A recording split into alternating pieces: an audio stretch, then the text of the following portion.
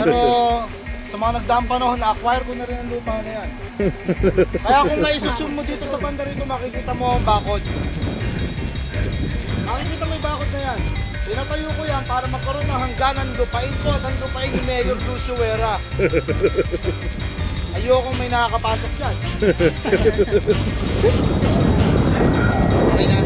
Kasi hindi alam ng lahat. Akala nilagay lang kababaw yung tubig na yan. Ngayon, kung titignan mo ito mukhang isla na to, yan.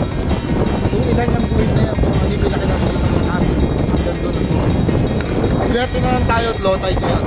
Hawi sa Birino po, eyewitness. Bakit paliwanag ka, Ate?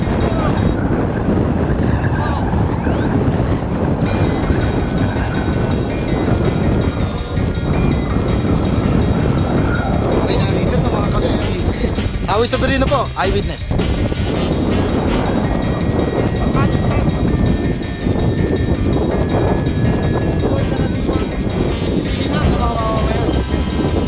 Paano natin pahalagahan? Yan ang isang malaking katanungan. Ang ilugan niya po, saksi. Ito Buboy, papaliwanag ko sa inyo. Ito, mga 3 metro mula dito sa pampang na to, lubog ka. Huwag mong pipilitin. Lunod ka dyan. Pag ganun yan. Pag ganun.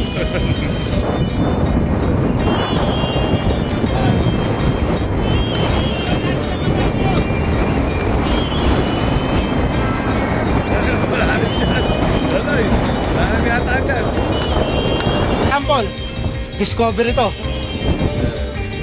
Nakabukas. Nakabukas na tulyan. Nakabukas. Bukas lang talaga. Wala naman. Kasi tuyo. Wala siya naman. Ayan, alright. Naman, oh. Biglang nagising.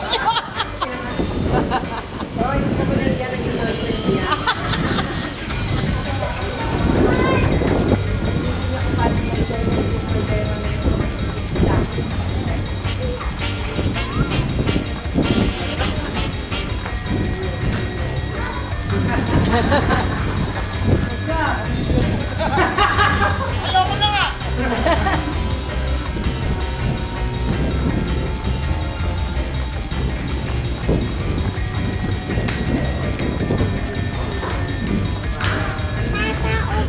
Tayo pupunta. Pagbalik mo, ano? Doon. Sasakay tayo ng ano? Boat.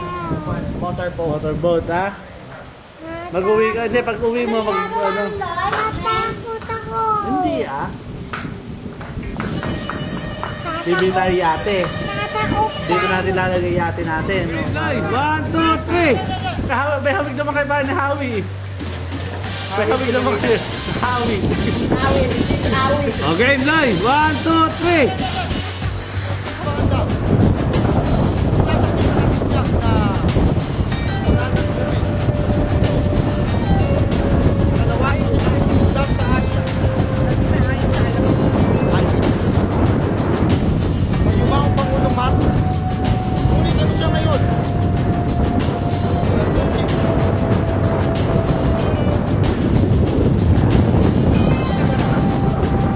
Naranasan ng mga tao. At lang ko yun.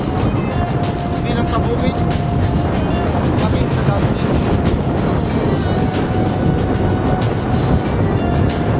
Paano natin isasalba ang kalikasan? Yan ang isang malaking katanungan. Hawi sa Birino, eyewitness. Kalungkot. Malungkot ka. Uwi ka na ba? At ako ang leader ng mga Cavite. Hawi sa Birino po, eyewitness.